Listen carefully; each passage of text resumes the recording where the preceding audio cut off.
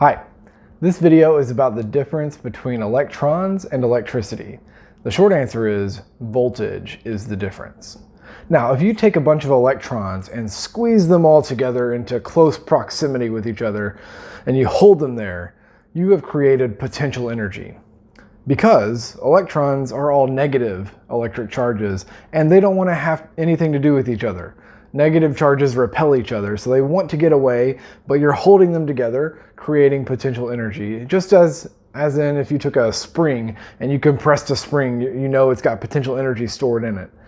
Now imagine you have an object that's got all of those electrons crammed into it, excess electrons there. If that object had a pathway, a conducting path to a place where there was less potential energy, then the object will discharge as its excess electrons rush into that other object. They turn their potential energy into kinetic energy. They finally have a chance to break free, and they do. They get away. An example of this that I often run into, especially in the wintertime, is if you are getting out of your car and you go to close the door of your car, sometimes you have some static buildup on you. You have a bunch of excess electrons that rubbed off from the car seat onto your body. And you know this when you touch the car because they all transfer from your finger to the car in a painful discharge, a shock. In this case, I've drawn some numbers here just to give you an idea. This would be like having 100 joules of potential energy stored in you and the car having 0 joules of potential energy. Because there's a difference in potential energy here, these electrons have a place to go. There's freedom over here, whereas they want to get away from each other over there. So this excess charge imbalance, there's an imbalance of charges here, results in a quick one-time discharge that attempts to neutralize the imbalance between the two objects. So, it's just like a good comparison I thought of for this was, have you guys ever seen like marble races on YouTube? You should look them up. Well, if you want to get things done, you probably should look it up because they're just fun to watch for hours. Not that I've done that, but for a marble race, you have like marbles at the top of a track and you let them all go. They kind of run down a little track here. I've got a funnel and some different things that they go through. In order for marbles to move down the track, they had to start at a high potential energy, a tall height, and then they roll down to a lower potential energy at the bottom. The same is true for electrons. If you want electrons to move, they have to start at a high potential energy, and then they move down to a lower potential energy. So when you look at a wall outlet, you may not have noticed this before, but a wall outlet, they have usually 3 holes, and 2 of them are the ones that you really need for electricity to flow. One of these is charged at a high potential energy, and the other one is charged at a low potential energy. And that's because anytime you plug something in, it's actually got 2 cords in it, 2 prongs. In the first prong, all the electrons rush into, and then they go into whatever device you're plugging in. They lose their energy into that device, and then they come out this other end and they go back into the wall in low potential energy. So it's just like the marble race where you start out at a high potential energy and they end up at a low potential energy. This is what's required for anything to flow. Really, water too. You need a high height for water to flow down from. So anything to flow, you need an imbalance between potential energies.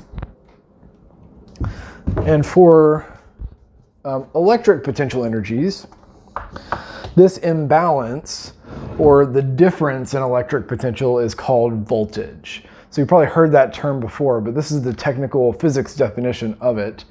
The greater the difference in potential energy at 2 ends of an electricity stream, the higher the voltage will be. So if you have a really big imbalance, that means you have a high voltage. You could have both levels at about the same and you have a low voltage. It's the imbalance is what matters. So I thought about a slide as an example at a playground here, and this is a bunch of electrons, and they're all at high potential energy when they're stored together up here at the top of the slide. They go down the slide, they fall down the slide, and the way that we define voltage is, let's say if it takes 10 joules of work to pull another coulomb of charge back up to the top of the slide, If it takes 10 joules of energy to do that, then that means the circuit path has a voltage of 10 volts. So 1 volt is equal to 1 joule per coulomb. It's just kind of the connection we have. So we measure voltage in volts, and it has to do with how much energy is actually present in the pathway for that electricity flow. So let's look at a few scenarios. I picked a scenario involving clouds because clouds can discharge in lightning, through lightning. So for this first situation, we have 2 clouds that are both at the same potential energy. These red numbers here represent the electric potential energy within the cloud, how much excess electrons are packed in there. They're at the same potential energy, 50 joules each. So it's not nothing, they have potential energy. But what is their potential difference? The imbalance is what we're looking for here. And the potential difference here is 0. And that's important because potential difference is another name for voltage. Their voltage is 0. So at the beginning of the video, I said voltage is the difference, and that was literally true. Voltage is the difference between the 2 locations. Well, let's look at situation number 2. 50 and 0, here the difference is 50. And so we say the potential difference here is 50 volts because voltage is the difference. And then finally we have 30 joules and negative 30 joules. You can have negative potential energy based on how you define your 0 point. It doesn't really matter because when you're dealing with potential energy, all that usually matters is the difference between one point and another point. And so the difference here is 60. And again, that's 60 volts. The potential difference is 60 volts. So in each of these situations, they're clouds and we're dealing with static electricity. These are examples of a one-time discharge of static electricity. So in these clouds, for example, you wouldn't have a discharge here, but you would here. You would have like a little lightning bolt. Like my lightning bolt sound effect. You would have another one here too. So you have lightning bolts, kind of neutralizing that imbalance in these cases, but it's just a one-time discharge. And that results in that neutralizing, like I said, of the original imbalance that we started with. But what if there was a way to keep the imbalance going? In other words, what if there was a way to replenish the electrons on one side and the neutral or the positive charges on the other side? Could you find a way to replenish or recycle the electrons, give them more potential energy so they could strike again, so they could flow again? Well, this is what we mean by modern electricity.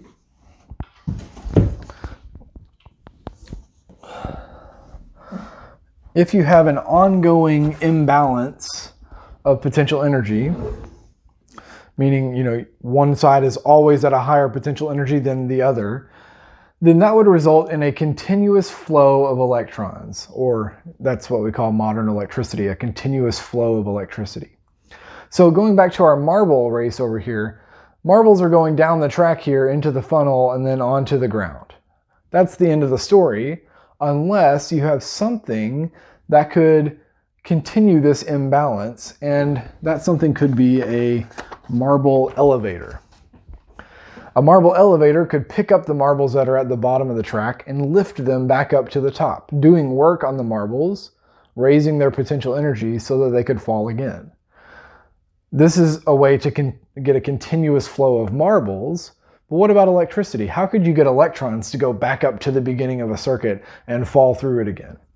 Well, that's exactly what batteries do.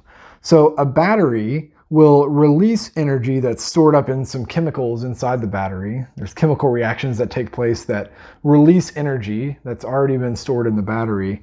And that energy is used to carry charges across the battery, restoring their potential energy. So let me try to explain my illustration here. So I've got a bunch of negative electrons stored up here on the negative terminal of the battery. They run through this pathway into a light bulb where they get rid of their electric energy and turn it into light. So by the time they get through the light bulb, their energy has been depleted and they have no more energy left. That's what I've tried to illustrate here with 10 joules at the beginning, 0 joules at the end. They have nothing left to give. So there's no way for them to go back through the circuit again unless you have some of these molecules and ions inside the battery that will grab these electrons and pull them through the battery and do work on them, lifting them up to give them more potential energy, to store them up here with the other electrons. And this happens inside of a battery continuously until the battery runs out of chemical reactions, like it's used up all of its chemicals and they're all changed. So this is how you can get a continuous flow of electricity, and the difference is voltage. We need voltage. We need a difference in potential energy in order for there to be a continuous flow of electricity. So that's all I've got for you in this video. Remember, shortcuts make long delays.